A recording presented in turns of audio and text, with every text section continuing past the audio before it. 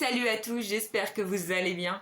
Aujourd'hui, nous allons aborder une créature magique, légendaire, mythique, fascinante, passionnante, mais aussi redoutable, qui sont les dragons.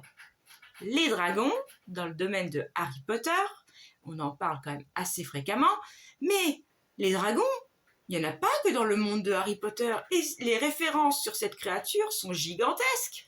Donc cette vidéo se fera en plusieurs épisodes. Déjà. Mais en différents univers, nous avons quand même l'histoire sans fin. Les différents films de Cœur de Dragon. Il y a un jeu vidéo que je jouais quand j'étais gamine qui est Spyro. Qu'est-ce que nous avons encore? Disney. Bon, il y a certainement beaucoup d'autres, mais il y en a deux qui me viennent en tête. C'est Maléfique, qui va se transformer en un dragon énorme pour empêcher le prince Philippe de rompre sa malédiction. Et dans Merlin l'Enchanteur, Madame Mime, qui va se transformer en dragon pendant son duel de sorcellerie avec Merlin. DreamWorks également a mis un dragon dans Shrek, qui va faire le rôle de geôlier pour Fiona. Et il y a la trilogie Les Dragons. Bon, encore Game of Thrones. Quand même. Game of Thrones et le préquel qui va avec, donc House of the Dragon, qui va nous parler donc au fur et à mesure, parce qu'on n'a que le début pour le moment, donc de la danse des dragons. Donc dans Game of Thrones, on a quand même 3 dragons, qui sont ceux de Daenerys de la maison Targaryen, qui sont Drogon, Viserion et Rhaegal. Et dans House of the Dragon, alors il y en a énormément des dragons, mais je vais vous en dire 4 comme ça. Donc il y a Maelys, qui est donc la dragonne de la reine qui ne fut jamais.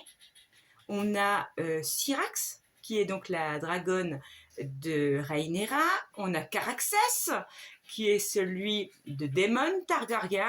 Et enfin Vhagar, qui était la dragonne de Visenya, la sœur et épouse, enfin deuxième, de Aegon le Conquérant. Et il a eu des autres cavaliers après cette dragonne. Voilà. Mais rien que là, c'est quand même impressionnant pour les dragons. Donc ça montre quand même que ces créatures, elles inspirent énormément d'auteurs. Et on va finir avec mon chouchou, qui fait partie de la trilogie et roman The Hobbit de Tolkien, qui est Smaug. Ce dragon, il est quand même badass. Même s'il meurt un petit peu connement dans le film, mais j'adore ce dragon. Il est trop beau. Et puis j'adore le côté versatile de ce dragon qui peut passer du calme plat et d'un coup crac. J'adore. Les dragons sont rattachés à énormément de légendes, de mythes et d'antiquités également, par beaucoup de cultures aussi. Par exemple, la civilisation grecque, celtique, nordique, occidentale, orientale, européenne, etc. Les dragons étant des reptiles, ils sont associés à l'élément naturel de la terre, mais vu qu'ils ont la capacité de voler, ça les rattache aussi à l'élément naturel de l'air, et vu qu'ils ont également la possibilité de cracher du feu, voire de la glace, ils sont également associés à l'élément naturel du feu.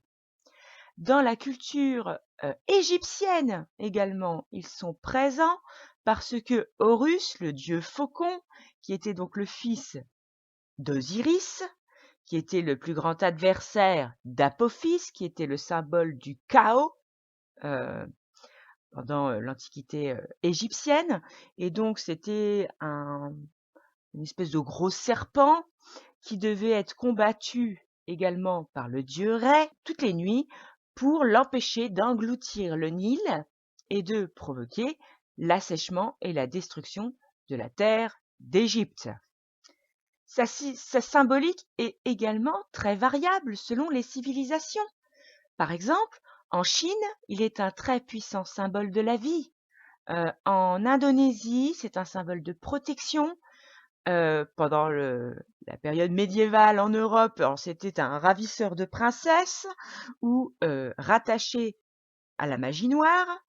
Et pendant l'Antiquité grecque, c'était un gardien et protecteur de trésors également. Par rapport à sa symbolique, eh ben, dans la culture occidentale aussi, les dragons sont souvent donc associés à la magie noire, mais également représentent presque le mal.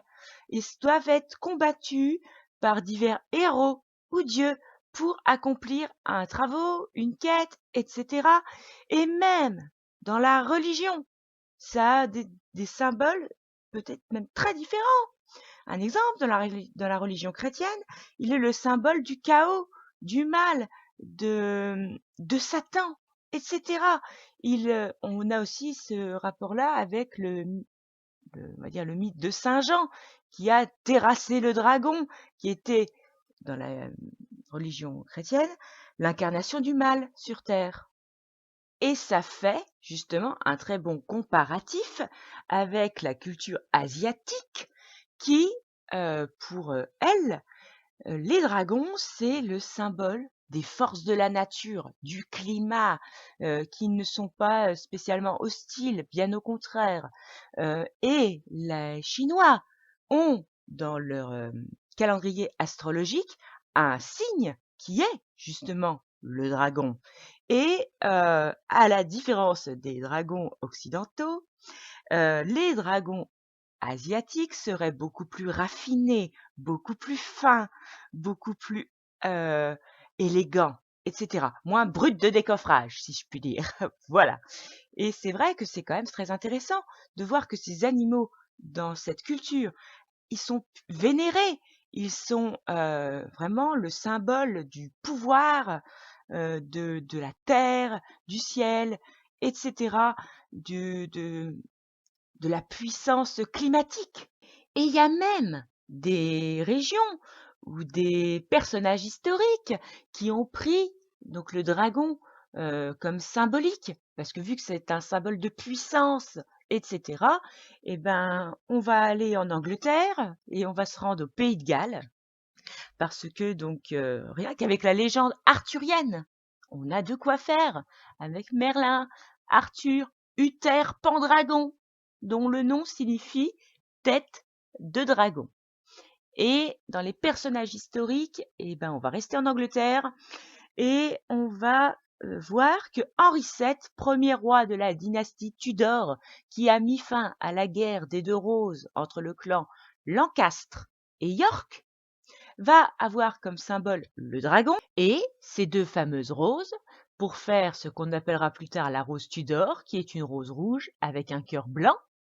Cette dynastie, elle a eu pas mal d'ombre et de taches de sang avec son fils Henri VIII et sa petite-fille Marie Tudor, que l'on surnommait Bloody Mary, et cette dynastie prendra fin avec le règne d'Élisabeth Ier d'Angleterre. Si la nuit, on a la chance d'avoir un magnifique ciel étoilé, on peut remarquer qu'il y a une constellation qui porte le nom de Dragon, en latin Draco, et cette constellation est entourée de multiples mythes, légendes, etc.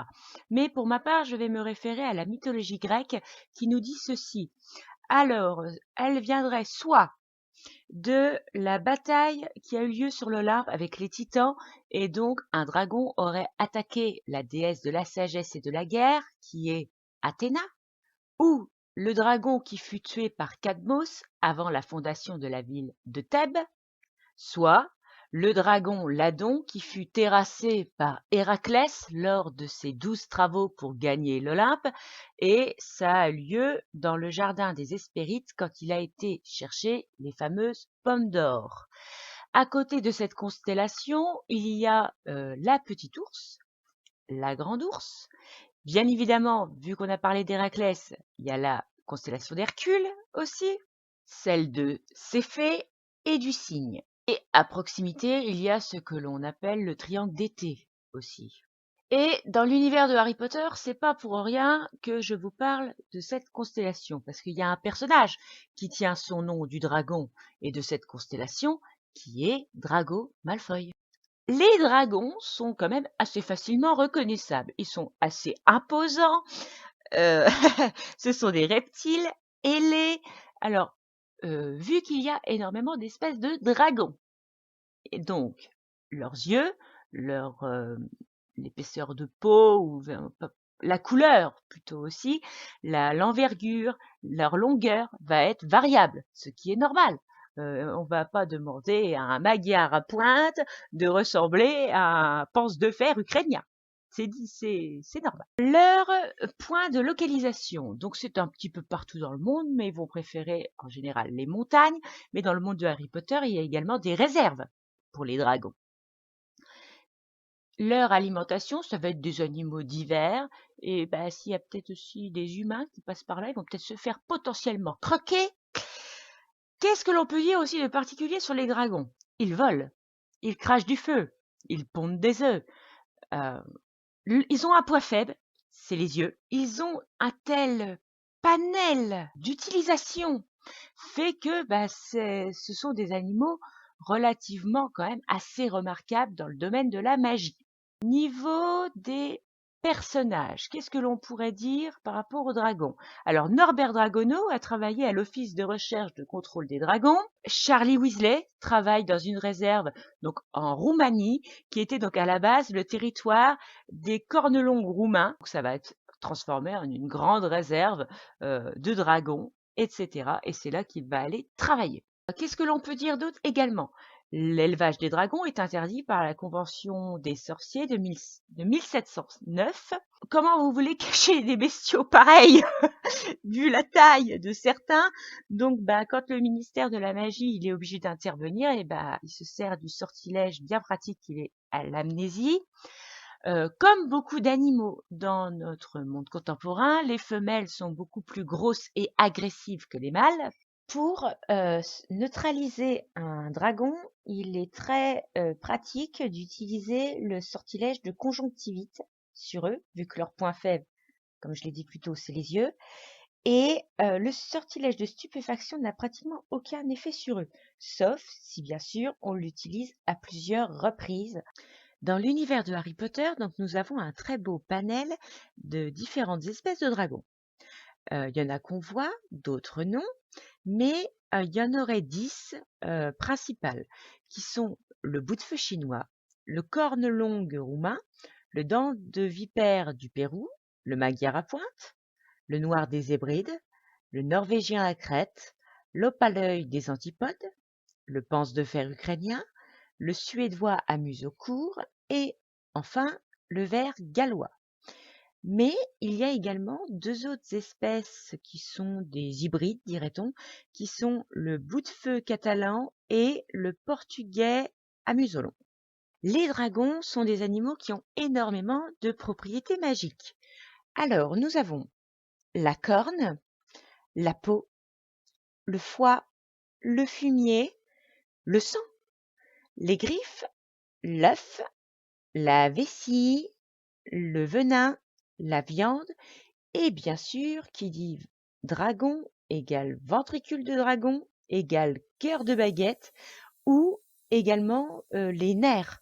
Mais après, ça dépend bien sûr du fabricant de baguettes.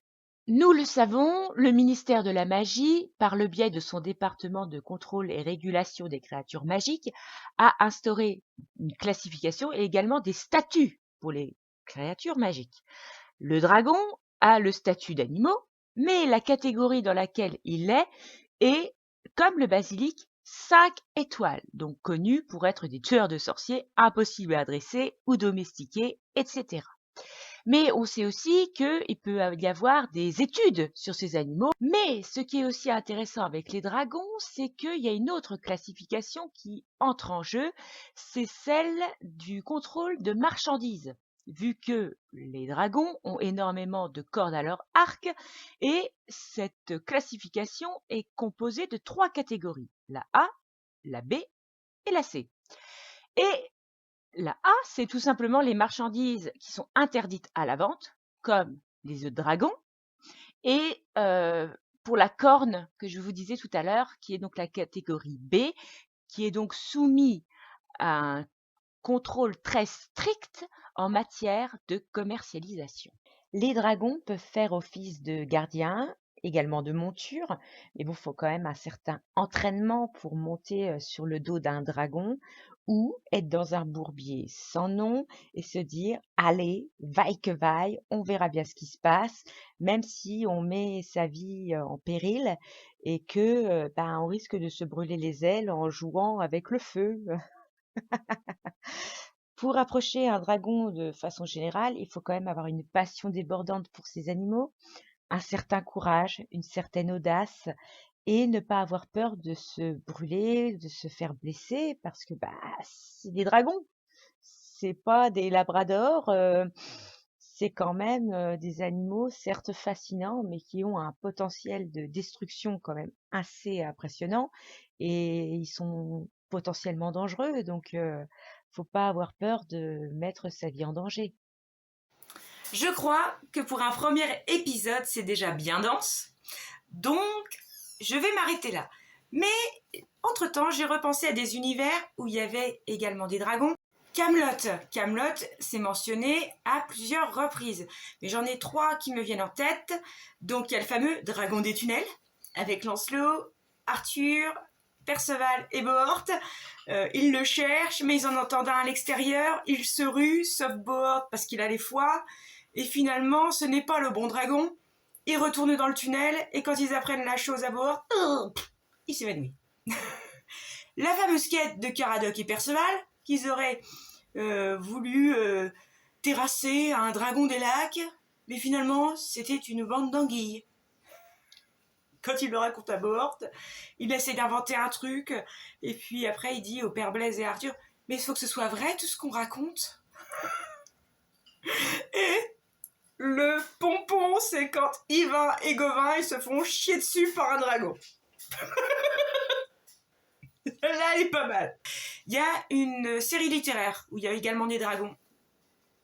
Eragon. Donc, ça, c'est génial. Le film est un navet, mais les bouquins sont magnifiques.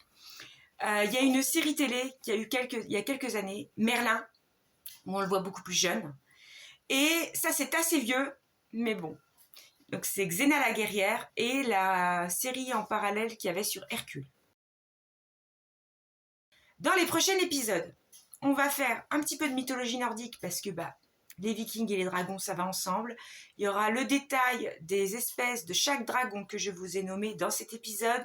Pareil pour les propriétés magiques, des anecdotes, tout ce qui est notifié dans les romans sur les dragons, etc. J'espère que vous avez apprécié ce premier épisode. Je vous souhaite une bonne continuation et à bientôt. Salut!